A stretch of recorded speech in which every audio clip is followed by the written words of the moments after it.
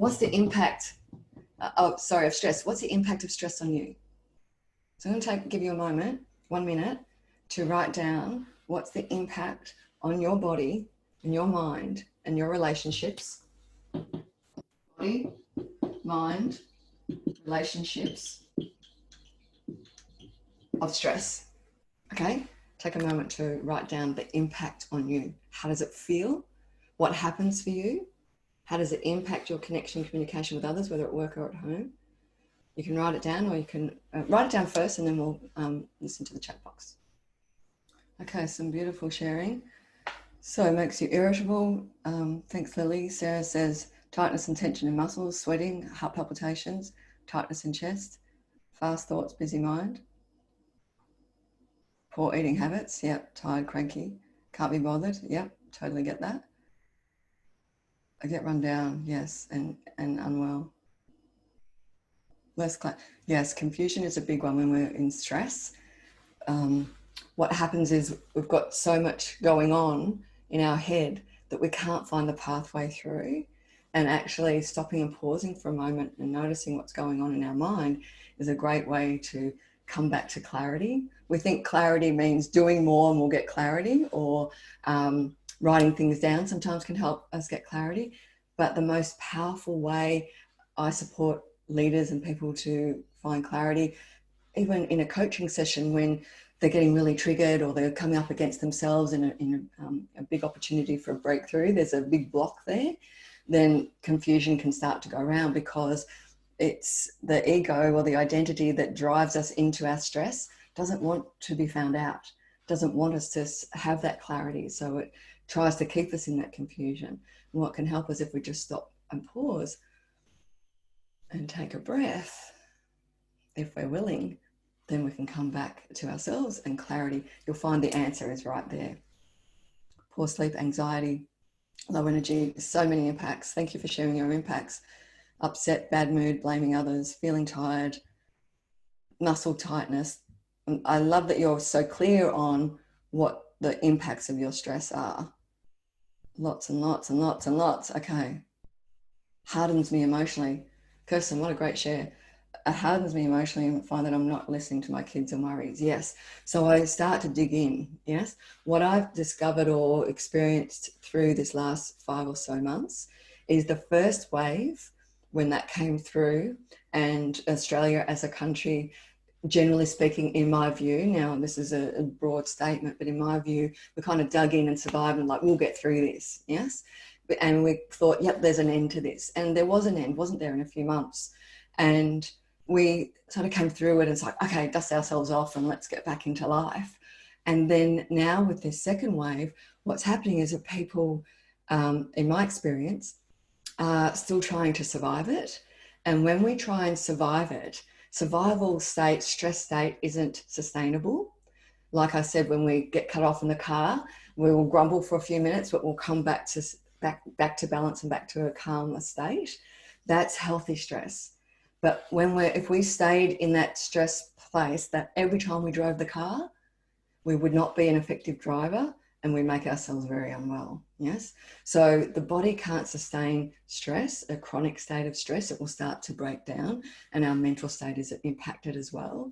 So with the harden me emotionally, with this second wave coming through, we're still trying to survive it, because we haven't learned how to deal with our emotions. So there's all these strong emotions coming through. I'm experiencing in the conversations I'm having: anger, frustration, overwhelm, despair, upset, difficulty in relationships, a pain in relationships, real heartache.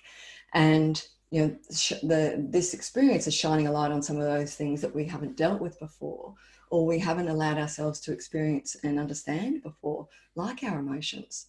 We've learned for a long time that emotions aren't welcome, especially in business.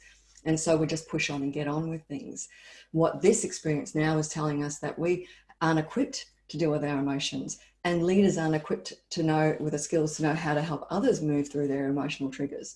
So there's this big awakening now, or at least big awareness to, wow, we don't know how to deal with this. So as we try and survive this second wave in that stress state, trying to resist uncertainty, that's where we're going to find ourselves come undone.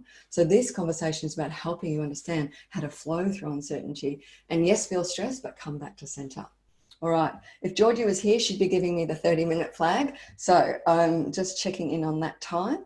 And the other point I wanted to make from what you shared, Chris, and what you shared was, so when I'm in that state, I'm not really listening to my kids, am I? Because I'm just trying to survive. I'm just trying to get through and protect them, make everything okay.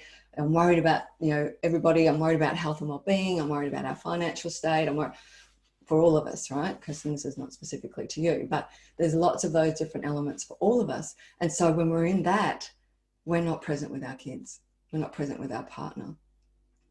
And so we know presence is important. We want to feel that in other people, but often we don't know how to give it, or we're so caught up in our mind that we aren't able to access that in the moment. So in that wellbeing wheel, which we go through now, that's what's going to help you. All right, very good. Thank you so much for sharing. I can't lift my body. Yeah, I'm hearing a lot at the moment. It takes a lot to get out of bed. Here's one practice I'd like you to write down. The night before, when you lie down in bed, before you go to sleep, I just want you to think of what are some things that you can appreciate. The other night, a couple of nights ago, I laid down and I just started appreciating my big toe. Like, wow, I've got a big toe. I've got 2 big toes. Started to appreciate the blood running through my body, that was going to be doing that through the night, even though I was sleeping. Just small things, which are really big things, aren't they? Finding those small things that we can appreciate and just start to feel the difference that feels for you in that moment. Drift off into a beautiful sleep. And then the next morning, there's a few milliseconds before we start to remember who we were yesterday and the problems that we have and the challenges of our life and the real powerful, impactful challenges of, do I have a job? Do I have a future at the company that I'm working in now? What's going to happen to my health? What's going to happen to my family? So they're very real concerns, but we can't control any of that. We can't control COVID. We can't control what's happening potentially at our organisation. What we can control, though, is how we manage ourselves within that. So there's a few moments just before you remember who you are in the morning where you get to choose. And those are the moments. If you can breathe into those moments and remember and appreciate something, that will help you get out of bed in a different way. All right. Very good job so far, everyone. Gratitude before bed is so powerful. Yes. All right. So you know the impact of stress on your body. Yes. And so if you fast forward that another few months, another year, another few years, you can imagine what's going on for the body and what's going to start happening to it if it's not happening already, around how it's telling you that this isn't working for you.